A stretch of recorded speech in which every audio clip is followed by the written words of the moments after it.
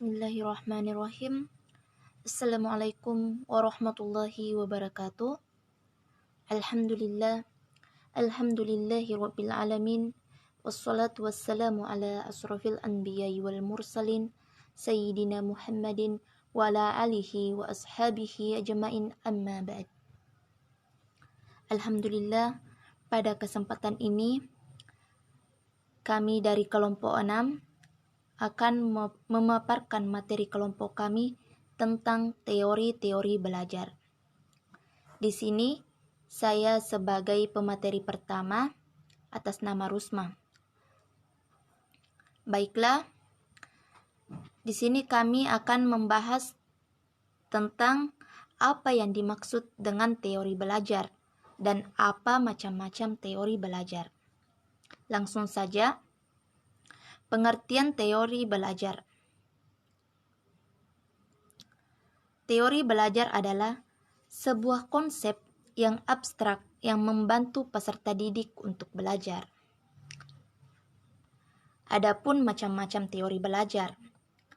Ada beberapa macam teori belajar yang muncul di dalam masa perkembangan psikologi pendidikan, di antaranya teori behaviorisme, teori kognitif, teori humanistik, dan teori konstruktivisme. Nah, apa itu teori behaviorisme? Teori behaviorisme adalah sebuah teori tentang perubahan tingkah laku sebagai hasil dari pengalaman. Menurut teori behaviorisme, belajar adalah perubahan tingkah laku sebagai akibat dari adanya interaksi antara stimulus dan respon. Seseorang dianggap belajar sesuatu jika ia dapat menunjukkan perubahan tingkah lakunya. Menurut teori ini, yang terpenting adalah masukan atau input yang berupa stimulus dan keluaran atau output yang berupa respon. Teori behavioristik dengan model dan hubungan stimulus responnya mendudukkan orang yang belajar sebagai individu yang pasif. Respon atau perilaku tertentu dengan menggunakan metode pelatihan atau pembiasan semata. Selanjutnya, tokoh-tokoh teori behavioristik ada 3. Yang pertama, Edward L. Tordick. Menurut teori ini, belajar adalah pembentukan atau penguatan hubungan antara stimulus dan respon. Tordick menekankan bahwa belajar terdiri atas pembentukan, ikatan, atau hubungan antara stimulus respon yang terbentuk melalui pengulangan. Teori ini dimunculkan sebagai hasil eksperimen yang dilakukan oleh Tordick. Beliau melakukan percobaan pada seekor kucing muda. Kucing itu dibiarkan kelaparan dalam kurungan yang pintunya berjeruji. Kurungan kucing itu diberi beberapa tombol. Apabila salah satu tombolnya terpijit, pintu itu akan terbuka dengan sendirinya. Sementara itu, di luar kurungan disediakan makanan yang diletakkan dalam sebuah piring. Kucing mulai beraksi. Ia bergerak ke sana kemari dan mencoba untuk keluar dari kurungan. Tidak beberapa lama tanpa disengaja, kucing tersebut menyentuh tombol pembuka pintu dengan girang. Ia keluar dari kurungan dan menuju tempat makanan tersebut. Tordick mencoba beberapa kali hal yang sama pada kucing tersebut. Pada awal percobaan, kucing tersebut masih mondar-mandir hingga menyentuh tombol. Namun, setelah sekian lama, percobaan kucing tersebut tidak mondar-mandir lagi. Ia langsung menyentuh tombol pembuka pintu. Dengan demikian, Tordick menyimpulkan bahwa proses belajar itu melalui 2 bentuk. Yang pertama, trial and error, yang mengandung arti bahwa dengan terlatihnya proses belajar dari kesalahan dan mencoba terus sampai berhasil. Yang kedua, law of effect, yang mengandung arti bahwa segala tingkah laku yang mengakibatkan suatu keadaan yang memuaskan akan terus diingat dan dipelajari dengan sebaik-baiknya.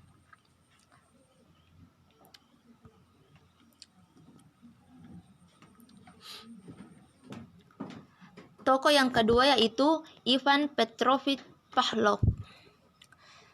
Teori Pavlov lebih dikenal dengan pembiasaan klasik. Teori ini dimunculkan sebagai hasil eksperimen yang dilakukan oleh Ivan Pavlov, seorang ilmuwan Rusia. Teori classical conditioning adalah sebuah prosedur penciptaan refleks baru dengan cara mendatangkan stimulus sebelum terjadinya refleks tersebut. Dalam eksperimennya, Pavlov menggunakan anjing dengan tujuan mengkaji bagaimana pembelajaran berlaku pada suatu organisme. Teori ini dilatar belakangi oleh percobaan Pavlov dengan keluarnya air liur. Air liur akan keluar apabila anjing melihat atau mencium bau makanan. Dalam percobaannya, Pavlov membunyikan bel sebelum memperlihatkan makanan pada anjing. Setelah diulang berkali-kali, ternyata air liur tetap keluar bila bel berbunyi, meskipun makanannya tidak ada. Jadi penelitian ini menyimpulkan bahwa perilaku individu dapat dikondisikan. Belajar merupakan suatu upaya untuk mengondisikan pembentukan suatu perilaku atau respon terhadap sesuatu. Kebiasaan makan atau mandi pada jam tertentu, kebiasaan berpakaian, masuk kantor, kebiasaan belajar, bekerja, dan lain-lain terbentuk karena pengkondisian. Tokoh yang ketiga yaitu Bruce Frederick Skinner. Menurut Skinner, hubungan antara stimulus dan respon yang terjadi melalui interaksi dengan lingkungannya, yang kemudian menimbulkan perubahan tingkah laku, tidaklah sederhana yang dikemukakan oleh tokoh-tokoh sebelumnya. Menurutnya, respon yang diterima seseorang tidak sesederhana itu karena stimulus yang diberikan akan saling berinteraksi dan interaksi antar stimulus itu akan memengaruhi respon yang dihasilkan. Oleh karena itu, dalam memahami tingkah laku seseorang secara benar harus memahami hubungan antara stimulus yang satu dengan yang lainnya.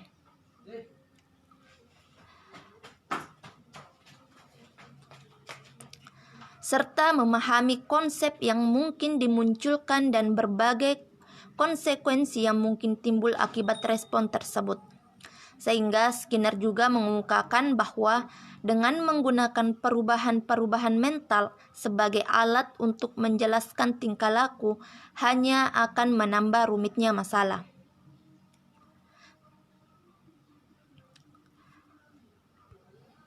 Teori yang kedua yaitu teori kognitif. Psikologi kognitif lebih menekankan pendidikan sebagai proses internal mental manusia termasuk bagaimana orang berpikir, merasakan, mengingat, dan belajar.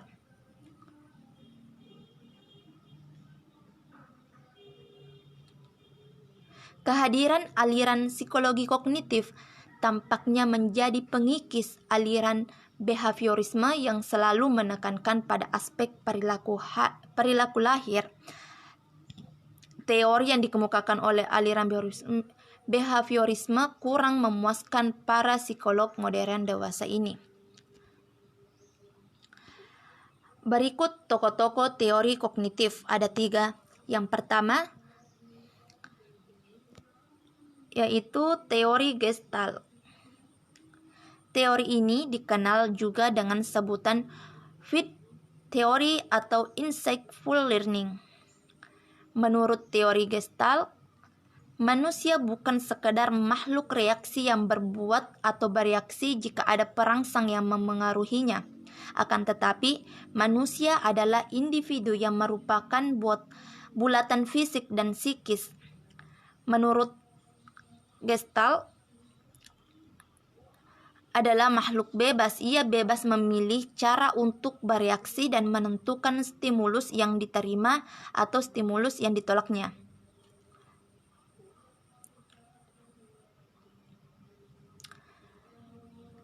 Yang kedua, teori Jean Piaget.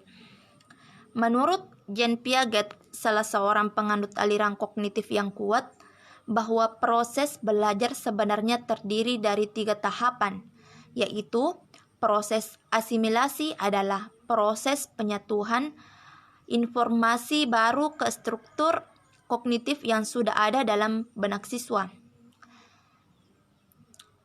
Dan akomodasi adalah penyesuaian struktur kognitif ke dalam situasi yang baru. Dan ekuilibrasi adalah penyesuaian keseimbangan antara asimilasi dan akomodasi.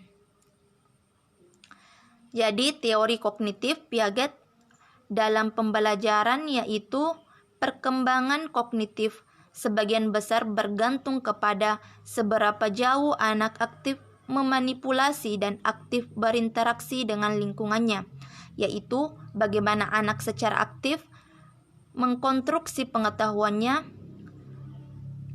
dan pengetahuan sendiri datang dari tindakan.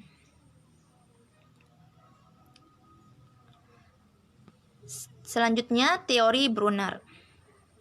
Menurut pandangan Brunner, bahwa teori belajar itu bersifat deskriptif, sedangkan teori pembelajaran itu bersifat preskriptif.